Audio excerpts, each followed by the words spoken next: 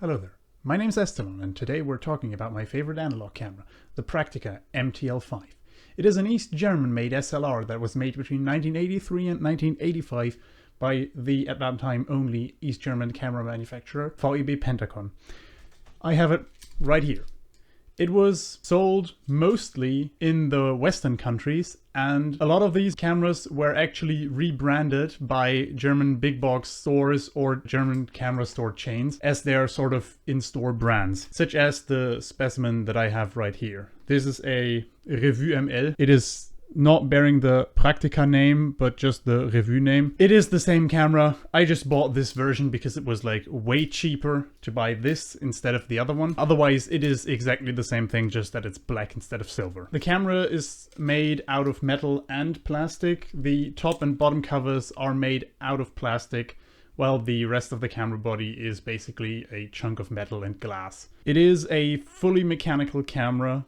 The only time you ever need a battery is for the light meter, which, since it's an M42 mount camera, one of the last ones that were made, the meter is the only thing that needs a battery. This camera actually needs a stop down to meter. It does not meter at the full open aperture, due to it being M42 mount, and you can't electronically tell the camera what aperture you're actually using on the lens other than stopping down. It is TTL metering though, and the meter is quite accurate, even though I'm using an LR44 battery instead of the mercury battery that the camera normally would have been used with back in the day. Those batteries are not made anymore, and you have to find alternatives, such as an LR44. So using this camera is quite fun. This camera is fully mechanical. The aperture is selected on the aperture ring on the lens, and the shutter speed is selected with a shutter speed dial on the body, as you can see right there.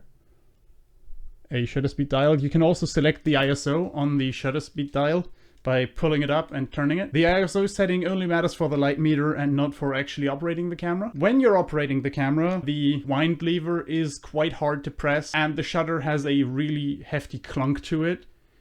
If you're more into the smooth operating cameras or something, just get a fucking AE1, nerd.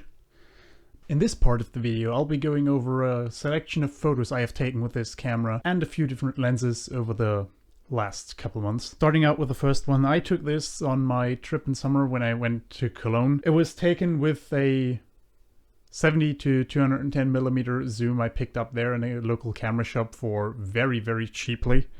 I shot this at the Hohenzollernbrücke, and it is just a nice telephoto shot where you can see the bridge. The next one I took also on my Cologne trip with the same lens. It's a person walking down next to the river.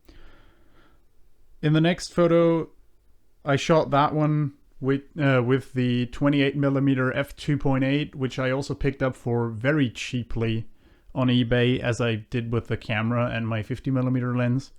This photo was just at one of the big street crossings. I don't remember where exactly it was. I just saw that and thought it was cool with the light and shadow in there.